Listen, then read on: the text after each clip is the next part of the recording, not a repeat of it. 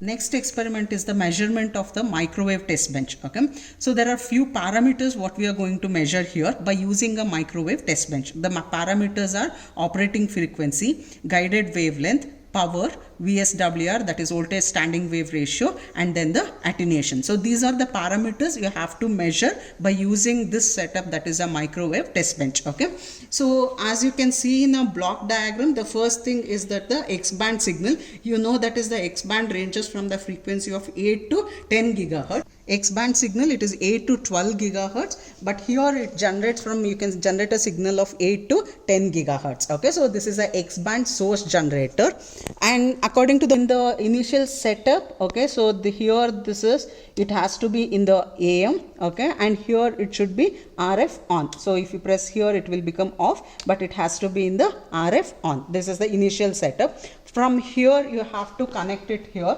Okay, so in this particular setup, so this is an isolator, this is an attenuator, this is a frequency meter, okay, and here this is the slotted line with the carriage, and here this is a detector part, and from the detector the output of which has to be given to the CRO. Okay, now first let us calculate the operating frequency. In order to calculate the operating frequency, there are two methods. Okay, one is directly by measuring through this frequency meter, and the other one is by using the formula. Okay, first let us see how to measure by using the frequency meter.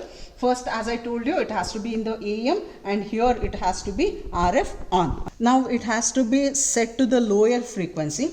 Okay, just go on rotating this one and correspondingly check out for the waveform. Okay, now I am increasing over here by rotating it. Okay, just look at there to the waveform.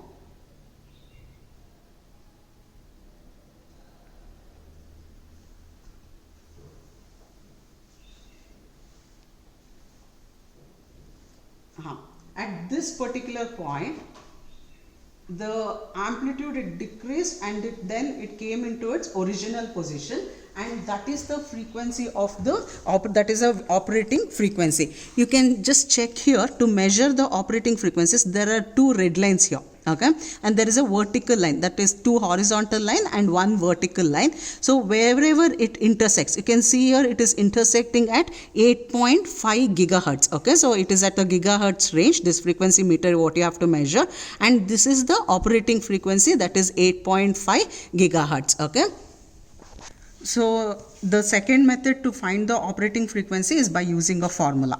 You can see here the formula to find that is F is equal to C by lambda naught. Okay, first thing is you have to find out the lambda naught. This is the formula that's been used. Now to find out lambda naught, you need two wavelength, that is the guided wavelength and then the cutoff wavelength. Okay, cutoff wavelength you can measure by using this formula directly, that is lambda C is equal to 2 into A, where A is 2.286 centimeter. Okay, now I'll show you how to find out lambda G. Lambda G is the formula you can use as lambda G is equal to 2 of D max 2 minus D max 1. Now I'll show you how to find out D max 1 and then the D max 2. Okay, now what you have to do is the probe whichever it's been connected over here, okay, remove that, and now you have to connect it to the tunable probe. Okay, so this is the setup, that is the tunable probe which is there in the slotted line carriage. Okay, measuring, that is the guided wavelength. Okay, even simultaneously you can measure even the VSWR. VSWR is voltage standing wave ratio. To find out VSWR, you need two voltages, that is the maximum voltage and then the minimum voltage. Okay, see here, look at the waveform also. Now I am just rotating this one. Okay, you can see there is a drop in the voltage. Okay, now the voltage has been dropped. Again I am just increasing here.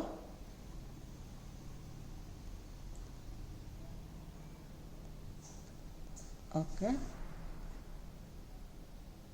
this is the voltage. So at this point, okay, you have to measure V max and then the D max 1. Okay, to measure the V max, just check out over here. Okay, so it is, this is the voltage here, that is 50 millivolts is the voltage, right?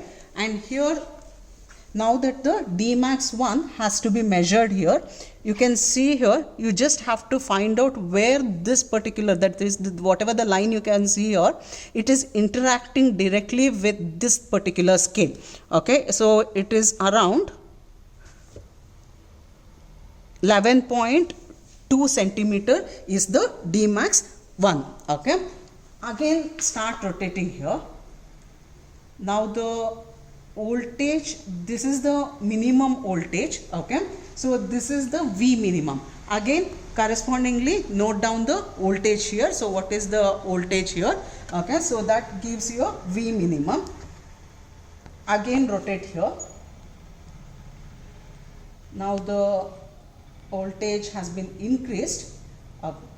Okay, so this is Dmax2.